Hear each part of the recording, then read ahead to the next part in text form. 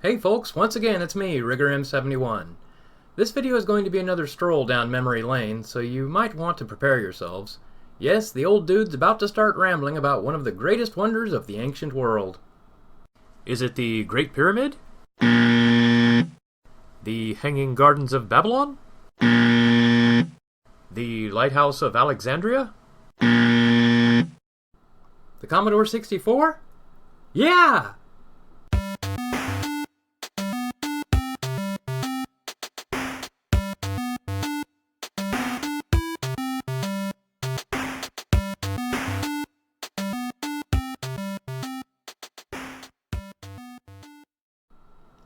Before I begin delving into the world of Commodore computing and the impact it had on me as a kid, I think a short history lesson is needed here.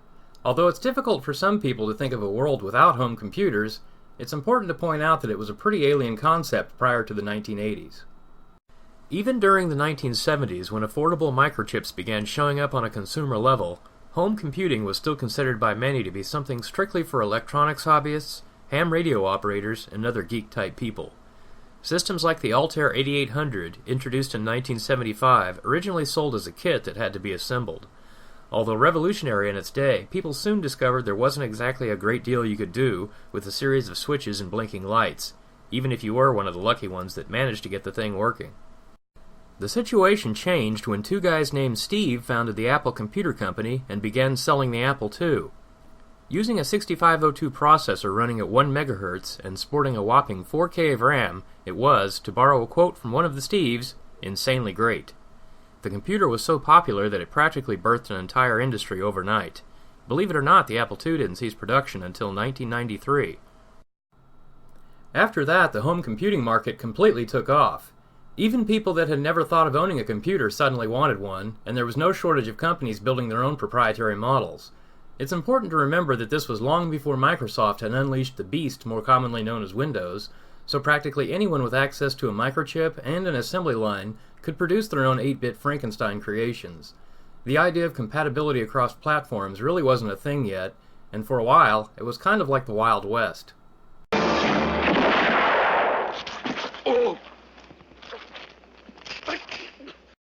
Eventually, computers even began creeping into television and movies.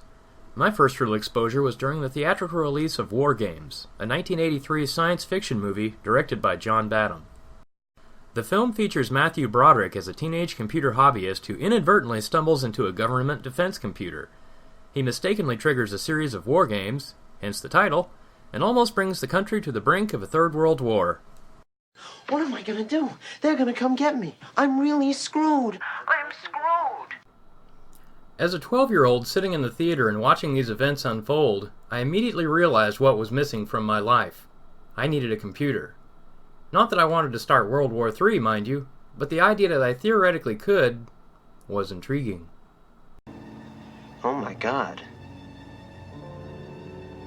Flash forward a year or so and I ended up with a Commodore 64. Believe it or not, I actually did quite a bit of research before asking for it as a Christmas present. Of course, research is basically just a fancy way of saying I looked through a metric shit ton of computer magazines. I was trying to find a balance between something that wouldn't suck, yet would be cheap enough that my mom would agree to buy it.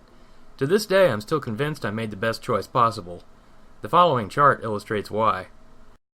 The C64 got its name based on the simple fact that it contained 64K of RAM. Maybe that sounds obvious, but I only mention it because that was actually pretty impressive, especially when compared to similarly priced systems of the period.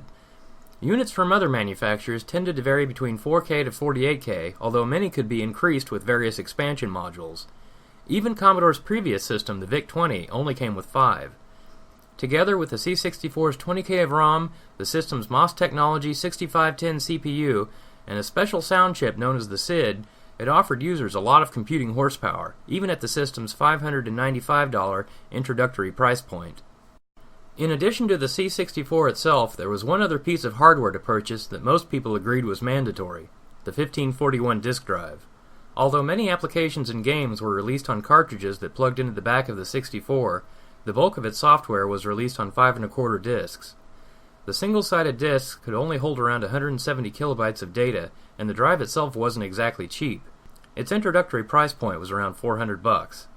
The high cost when compared to the computer itself was due to the fact that it needed to have its own 6502 processor to act as a controller. Commodore's founder, Jack Tramiel, once stated that the drive was actually more difficult to produce than the computer.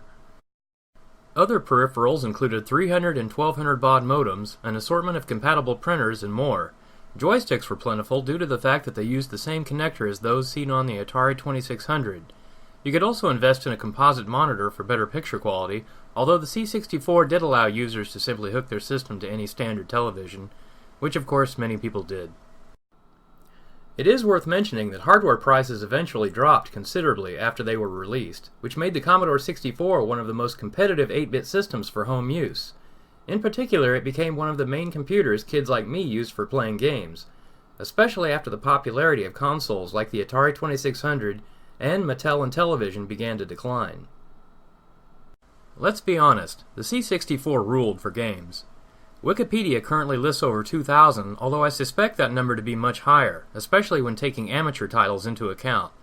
Just about every conceivable genre managed to find its way to the Commodore, including simple text adventures, racing games, shooters, RPGs, sports, educational titles, and more.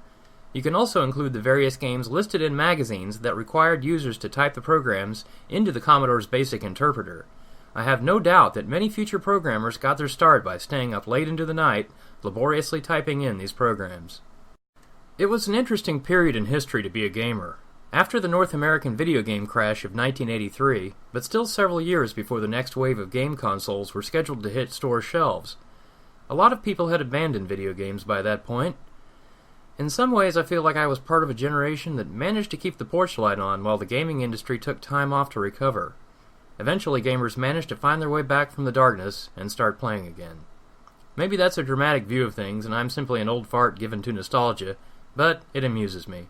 I'm still amazed by how far we've come in such a relatively short amount of time.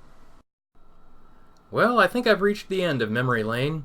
If you enjoyed any of my aimless ramblings, you are certainly welcome to let me know by giving this video a like or by subscribing to the channel. You can also leave a comment below if you so choose. However, regardless of what you decide to do, please take care, and of course, have fun.